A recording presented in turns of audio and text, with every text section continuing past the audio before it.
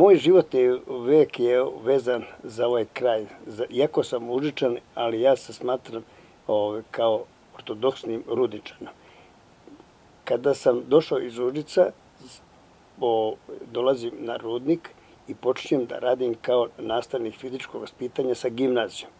Tu sam, na moju svu sreću, dobio majsku nagradu i to je najveće priznanje koje može dobiti jedna škola ili jedna ustanova iz oblasti sporta. Sa Rudnika odlazim u Uginovce, gle čuda.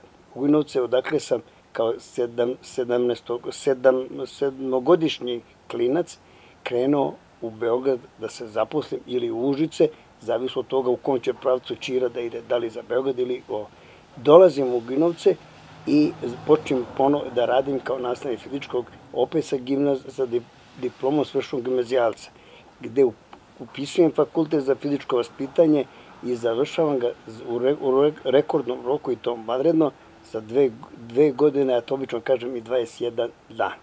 Posle toga dolazim ponovo na Rudnik, otvara se škola u prirodi, Zemun otvara svoju školu u prirodi, to je prva škola u prirodi u bivšoj Jugoslaviji, gde provodim 15 godina radeći uspešno sa decom zemunskom i beogradskom, a odatle odlazim u Beograd u tehničku školu za dizajn kože, gde radim kao profesor.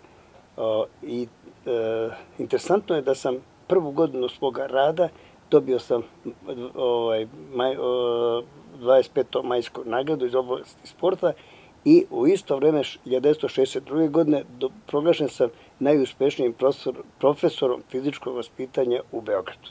Prilike tako se završava moj životni vek. Sada imam kuću na Rudniku, imam veliki broj prijatelja i verovatno će moj životni vek se završiti na Rudniku, odakle mi je životni vek i počeo.